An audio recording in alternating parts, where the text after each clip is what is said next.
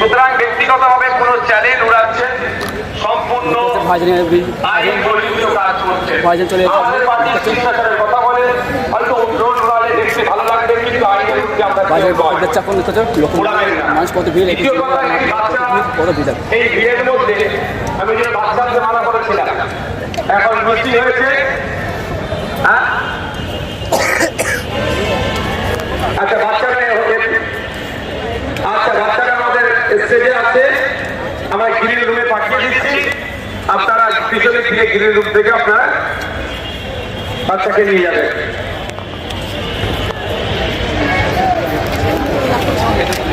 যে মুসলমানরা না হলে টায়ার পাংচার সারিয়ে তারা খাবার জোগাড় করে, তারা আজীবন টায়ার পাংচারই সারিয়ে যাবে, তোমাকে তা নিয়ে ভাবতে হবে না। তুমি যে সরকারে আছো, তুমি গ্যারান্টি দাও আমার প্রত্যেকটা ঘরের হিন্দু সন্তানের কর্মসংস্থানের ব্যবস্থা করতে পারবে? সে গ্যারান্টি তুমি দিতে পারবে না।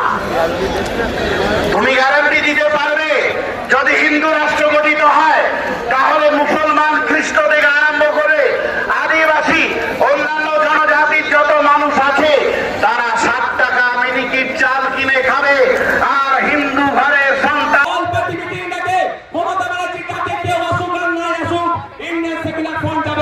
বাংলার নাগরিকদের সাথে সেখানে গিয়ে বলবে স্বচ্ছতার সাথে যে কাজ পশ্চিমবাংলা সরকার করতে চায় আমরা প্রস্তুত আছি বাংলার মানুষের জন্য। আপনি আতঙ্কিত মুক্ত হবেন তো ভাই, কিন্তু চাই না আপনি আতঙ্কিত মুক্ত হন মমতা ব্যানার্জির দলে না। চাই আপনি পেরেশানে থাকুন, আপনি পেরেশানে থেকে প্রশ্ন করতে পারবেন না মাদ্রাসায় টিচার নেই কেন। আজকে দেখুন কলকাতায় গতকালকে খোঁজ নিয়ে দেখুন প্রায় 33 দিন এই ঠান্ডাতে তারা পড়ে আছে। টিচারগুলো এমএসকেএসকে টিচারদের সম্মানিত ঠিকঠাক পাচ্ছে না। মাদ্রাসায় 10,000 শূন্য পদ হয়ে গেছে, পরিকাঠামো ধ্বংস হয়ে গেছে, স্কুলে টিচার নাই, হাই স্কুলে টিচার নাই, শিক্ষার পরিকাঠামো ধ্বংস হয়ে গেছে। আপনি এটা প্রশ্ন করবেন না স্যারের কাগজে ছুটাছুটি করবেন? এই ছুটাছুটি করার জন্য আপনাকে দ্বিতীয় হচ্ছে বিধানসভায় নিন্দা প্রস্তাব পাস করানো হোক। বিধানসভায় নিন্দা প্রস্তাব পাস করানো হোক। যেভাবে অহেতুক হয়রানি করা হচ্ছে এটা অত্যন্ত নিন্দাজনক কাজ। সেখানে নিন্দা প্রস্তাব পাস করানো হোক। সেই নিন্দা প্রস্তাবের কপিটা ইলেকশন কমিশন অফ ইন্ডিয়াকে দিন, আর যে সরকার একটা মামলা করুন সেই মামলাতে কপিটা অ্যাটাচ করে দিন। নিশ্চিতভাবে সুপ্রিম কোর্ট এটার প্রতি বিবেচনা করবে, কারণ বিধানসভার মধ্যে নিন্দা প্রস্তাব পাস করানো মানে পুরো পশ্চিম বাংলার মানুষ এটাকে নিন্দা করছে। এই হয়তো হয়রানিকে এটা করবে মমতা ব্যানার্জি সরকার। আওয়াজ দিন একটু, কেন করবে না? পেরেশান তো হচ্ছে দলিত, সব থেকে বেশি পেরেশান হচ্ছে মুসলমান, তারপরে দলিত, তারপরে আদিবাসী। তাই মুসলমানকে তো মানুষ মনে করে না, শুধু ভোটার মনে করে, আর ক্যাপটিভ ভোটার হিসাবে রাখতে চায়। তাই আপনাদের বলবো দিকে দিকে আওয়াজ তুলতে হবে, বলতে হবে ইমিডিয়েট পশ্চিমবঙ্গ সরকারকে এই দুটো কাজ করা দরকার। এক অল পার্টি মিটিং পয়েন্টে পয়েন্টে ধরিয়ে দিই, ওই জন্য জয়েন্টে জয়েন্টে ব্যবহার করে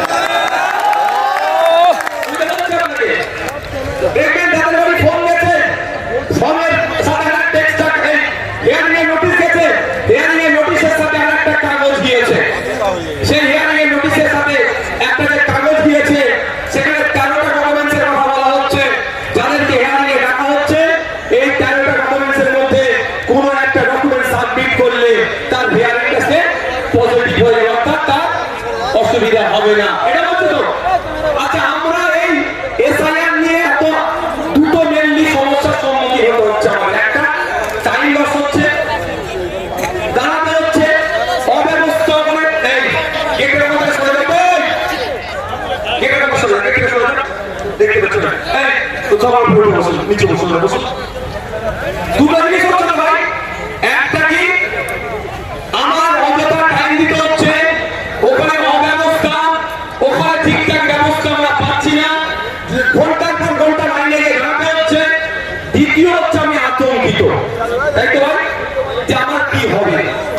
কিন্তু এই 13টা ডকুমেন্টসের মধ্যে যদি কারো একটা ডকুমেন্টস থাকে আতঙ্ক মুক্ত, আমি ঠিক কথা বলছি তো ভাই, আমি আতঙ্কিত হয়ে আমাদের নোটিশ পাঠিয়েছে বলে। কেন বলুন তো? আর্টিকেল 326 আমার ভোটদানের স্বাধীনতা, 18 বছরের মধ্যে ভোট দিতে পারবো না। মোদীকে, আমার এটা কেউ কেড়ে নিতে পারবে না। কারো আশীর্বাদে যেমন কেউ অন্যায়ভাবে রাখতে পারবে না, কারো অভিশাপে কেউ অন্যায়ভাবে কেড়ে নিতে পারবে না। যাক আমি আপনাদের বলি, এই নোটিশের 6 নম্বর পয়েন্টে দেখুন কি লেখা আছে। 6 নম্বর বলা হচ্ছে, রাজ্যের উপযুক্ত কর্তৃপক্ষ প্রদত্ত স্থায়ী বসবাসের প্রমাণপত্র বা শংসাপত্র, অর্থাৎ পশ্চিমবঙ্গের সরকার তার কর্তৃপক্ষকে দিয়ে আপনার হাতে যদি রেসিডেন্স সার্টিফিকেট তুলে দেন, তাহলে আপনি হিয়ারিং এর নোটিশে গিয়ে ওটা দিলে আপনি হিয়ারিং আপনার কোনো চিন্তার কারণ থাকবে না। কিন্তু সরকার একবারে এটা দেবে বলেছে, একবারে বলেছে তোমার ভয় নেই। এটা করেছে রাজ্য সরকার, জানতে হবে। আমি প্রথমেই বলি, শুভেন্দু অধিকারী আমাকে আপনাকে ভোটাধিকার কেড়ে নেওয়ার চক্রান্ত করছে। চক্রান্ত করলে চক্রান্তে জবাব দিতে হবে তো। কেউ যদি বুড়ো হল হয় তাহলে বাবা থেকে হতে হবে ভাই, তো বাবা থেকে ভূমিকা দেখতে পাচ্ছি না। তারপরে চলে আসুন 10 নম্বর পয়েন্টে বলছে, রাজ্য স্তরে